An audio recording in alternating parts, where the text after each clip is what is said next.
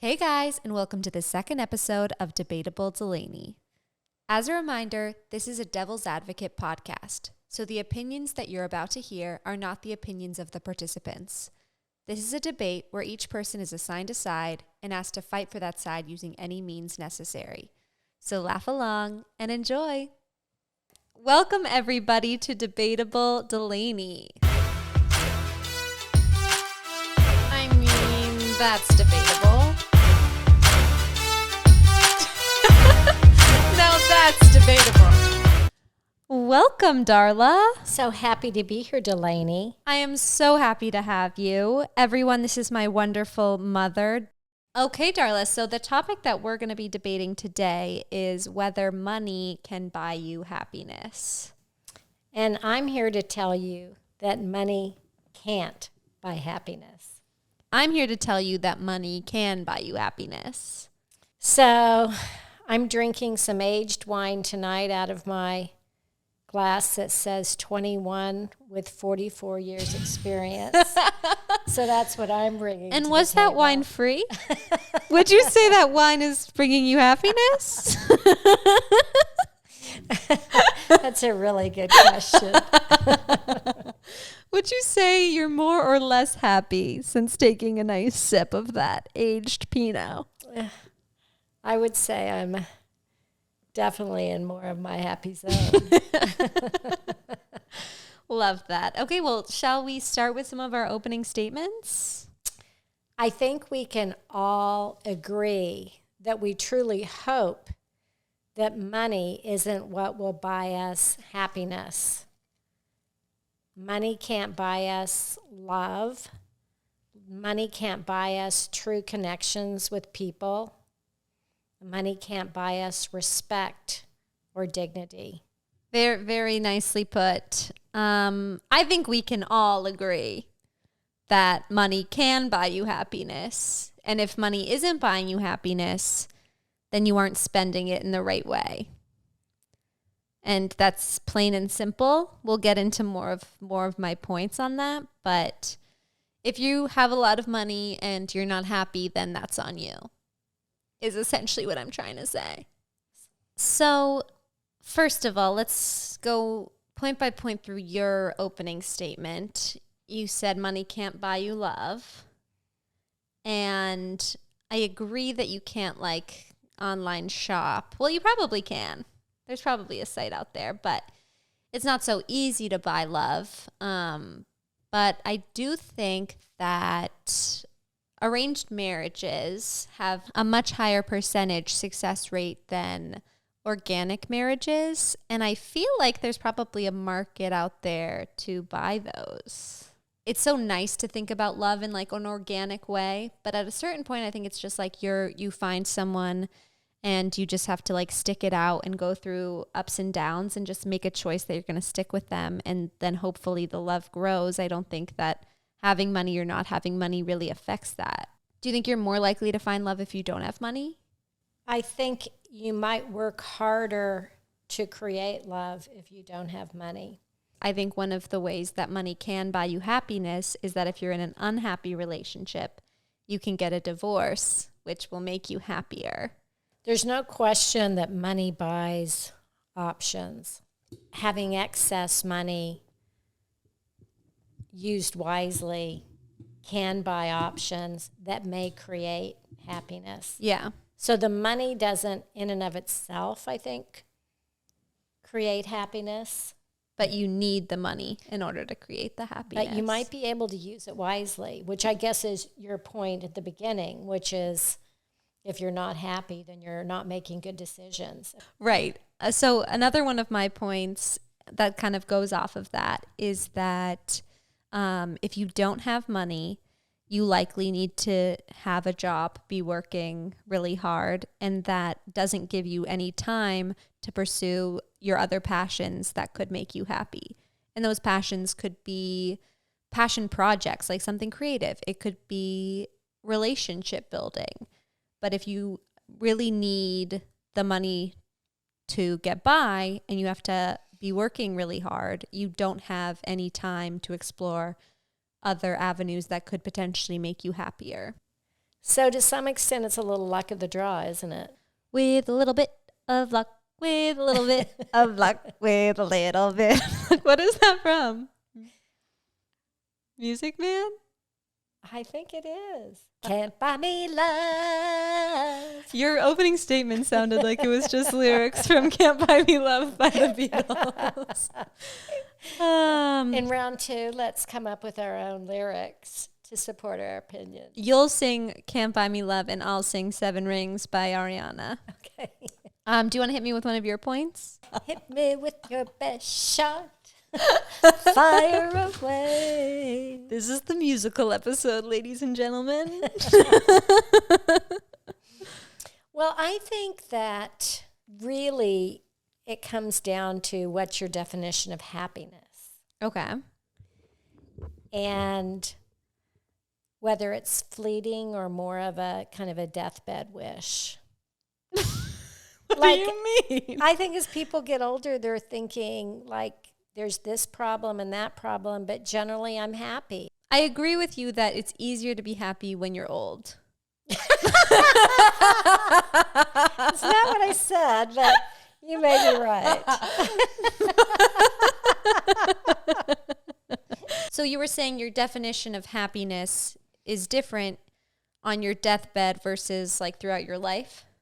I think that's true. I mean, when you're So I'm talking about throughout 25 your or life. 30, happiness is very fleeting. It's like day to day.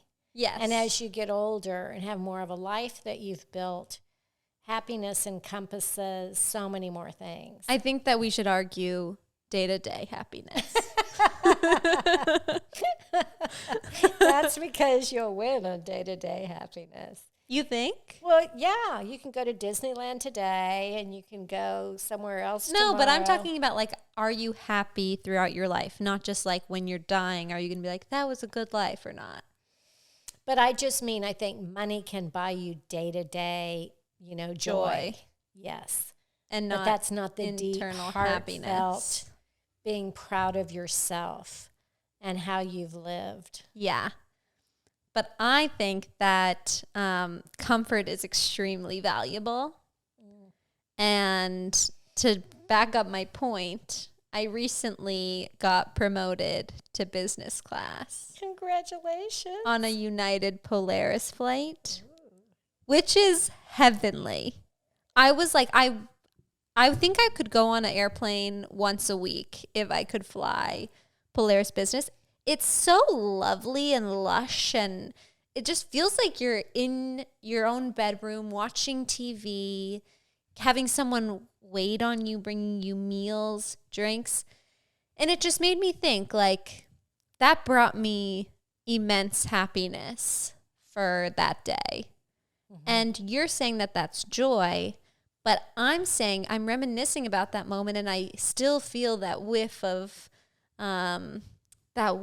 amazing energy that I got from that experience that has stayed with me for weeks now. Well, when you woke up today, did you think, I am still happy from that Polaris flight? Hell yeah.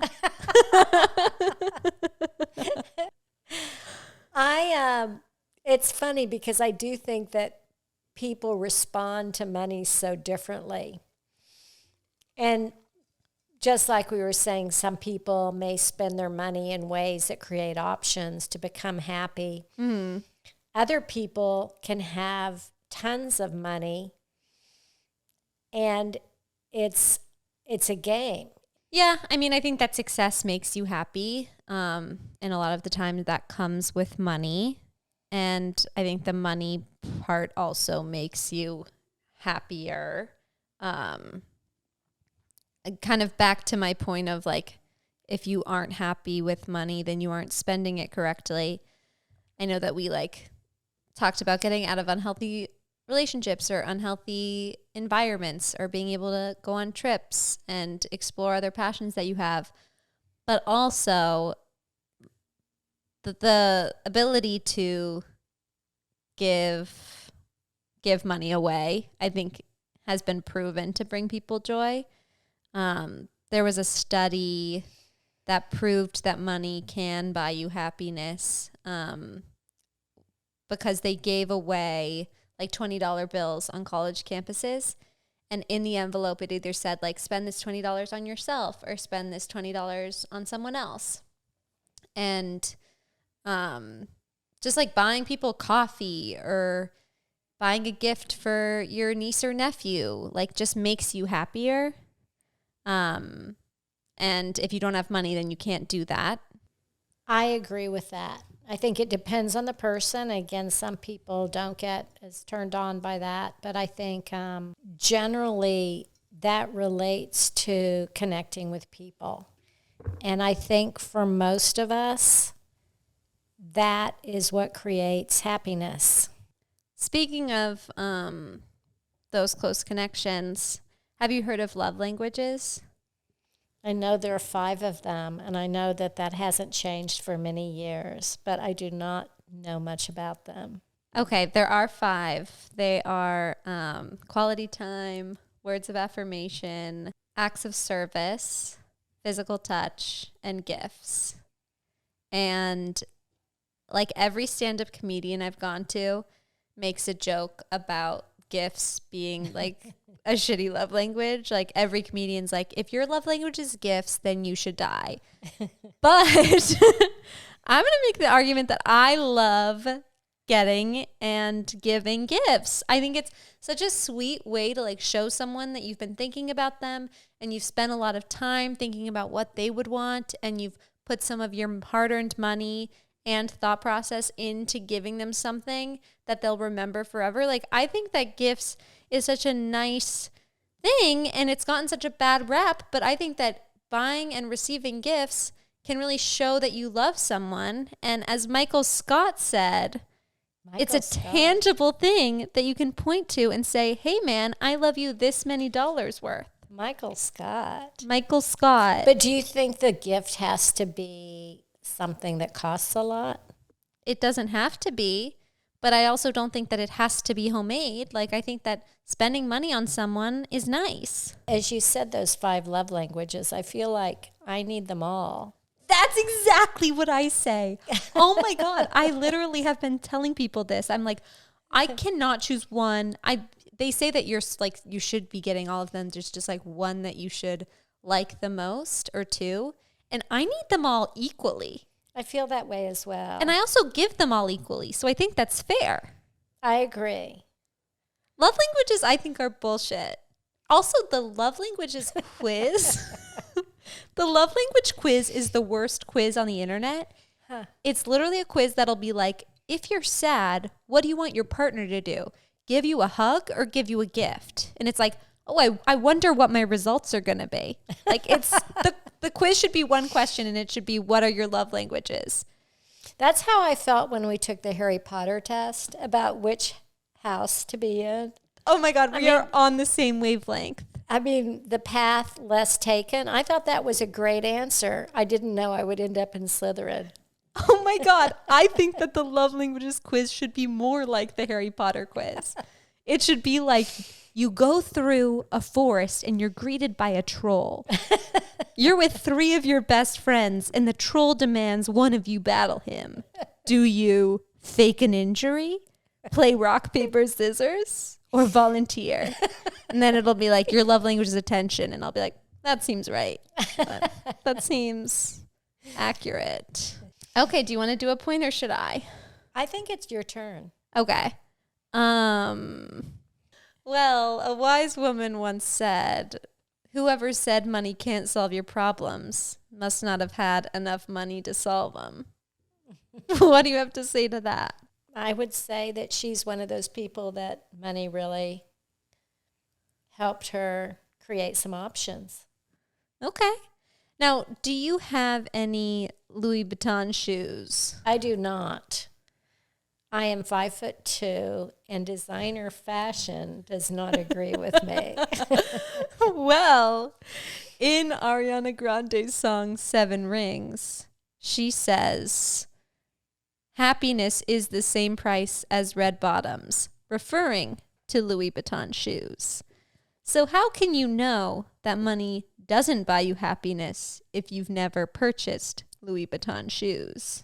I feel like it's very fleeting. I feel like on her deathbed, she wouldn't say, I'm so happy I have Louis Vuitton shoes.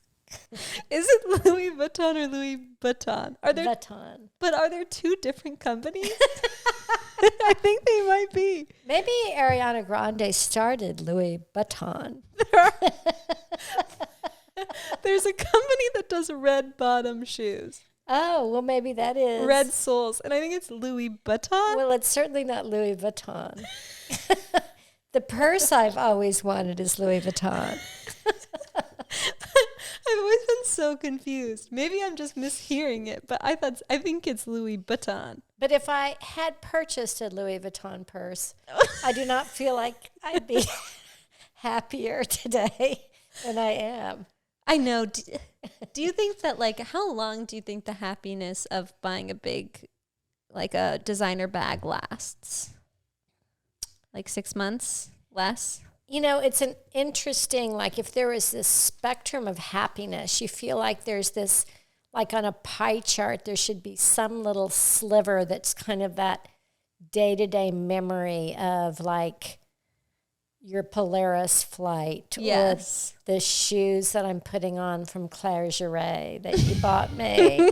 I mean, those kinds of things do kind of give you a little lift. So on the pie chart of happiness, yeah, you know, I would say at least 25% can be filled with material things or experiences. I feel like I have a pretty healthy perspective on, and I think I also see, you know, a lot of people today, both young and old, who have a variety of economic situations that aren't happy. And I don't think that really follows economic lines. So I agree. You could be depressed regardless. And I think some of those people probably have designer purses or shoes or whatever. For sure. So that's why I guess I'm sort of feeling like it's this little sliver in the happiness pie chart, but it's not really what creates happiness. It can push you to one side or the other. It can urge you. Yeah. And I would argue that money can help push you towards happiness in a couple ways. We've already talked about a bunch, being able to spend it on experiences, spend it on your passions. I think it can also be like a really good distraction. If you're depressed from other things, money can kind of help you disassociate. Disassociating, I think, is really big right now. I recently found out I was depressed, and the way I found out was my AirPods died on a walk. And I was like, I cannot be alone with my thoughts for more than 10 minutes. This is not going to work.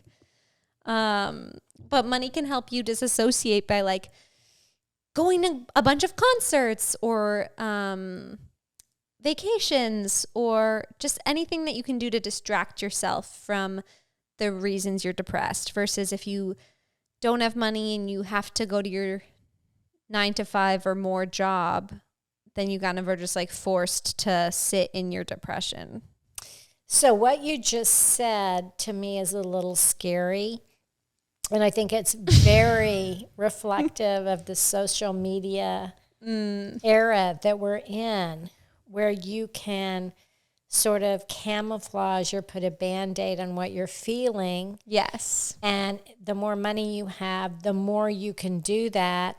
And that distraction is really stopping you from dealing with what you're really feeling or needing, which is probably more engagement with real people in real conversation. Yeah. Not on Instagram or whatever. Right. Okay. Money has become so interesting. Capitalism has created such a strange world. I was going through the mail a couple weeks ago, and I got a letter asking for money from University of Michigan, who rejected me 8 years ago. They've been sending letters ever since then. Why would I give them money? It's crazy, isn't it? I always just throw them away. It's crazy. They have the nerve to reject me and then ask for money? Well, I've often wondered if they thought they accepted you. I know. Maybe my acceptance letter got lost in the mail. That's what I'm thinking. I was thinking, like, who rejects you and then consistently asks for money? And then I was thinking, it's kind of like if a guy rejects you and then still wants to have sex with you. So it started to make more sense to me. This has been very fun. I've loved it, sweetie. I do think that we both made good points, and I think that we kind of came to the conclusion that money's not going to buy you any of the relationships and deep connections that you need to be happy, but happiness can be really helpful in helping you explore your passions, free up time to do things you love, and make you comfortable. Yeah, I think you're right. I think money can create those options, but it's you and me and everyone else who has to do the hard work to create happiness. Yes. I would encourage all of you guys to buy 3 people coffee this week. Try to strike up a conversation with 3 strangers. Don't be creepy about it. Don't flirt with them. Just be nice. I love that. Use a little money to buy some connections. Yeah. Let's buy some happiness this week, guys. Woohoo. Cheers. Cheers, kids. Thank you, Darla. Thanks for listening, and we'll see you next week. I mean, that's debatable. Now that's debatable.